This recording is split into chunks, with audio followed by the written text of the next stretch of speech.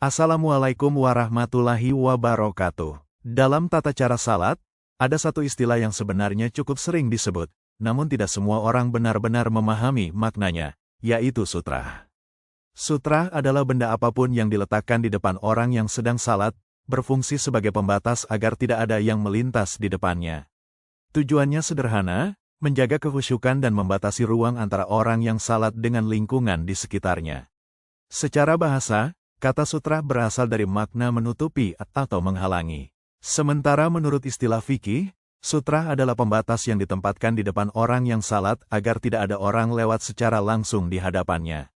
Dahulu, para sahabat menggunakan berbagai benda untuk dijadikan sutrah, mulai dari tongkat, tombak kecil, hingga pelana unta, selama tingginya kurang lebih setara dengan bagian belakang pelana tersebut.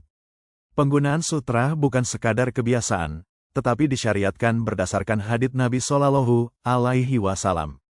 Beberapa riwayat menyebutkan bahwa Rasulullah biasa meminta sebuah tombak kecil diletakkan di depan beliau saat salat di lapangan pada hari raya.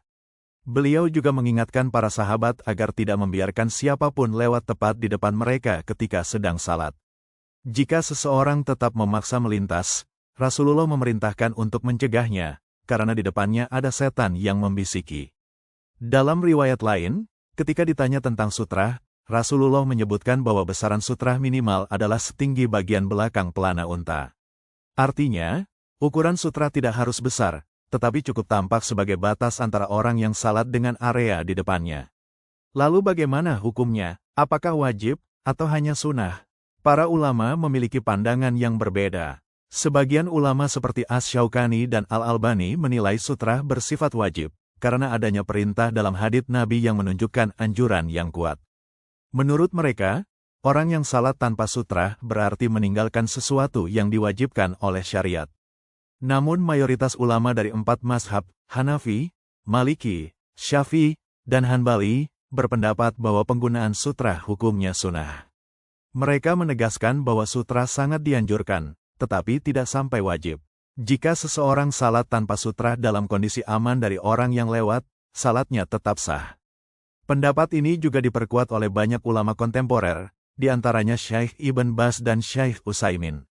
Menurut mereka, sutrah adalah sunnah yang sangat ditekankan, terutama ketika salat sendirian atau menjadi imam.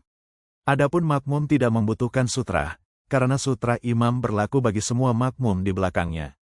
Terlepas dari perbedaan pendapat tersebut, semua ulama sepakat bahwa menggunakan sutrah adalah ajaran yang dianjurkan. Selain mengikuti sunnah Nabi, sutrah juga menjaga kekhusyukan dan adab dalam salat. Dengan adanya batas di depan kita, perhatian lebih terjaga dan orang lain pun tidak mudah melintas di hadapan kita. Jadi, saat salat, baik di rumah, di masjid, atau di tempat terbuka, usahakan untuk meletakkan sutrah di depan kita.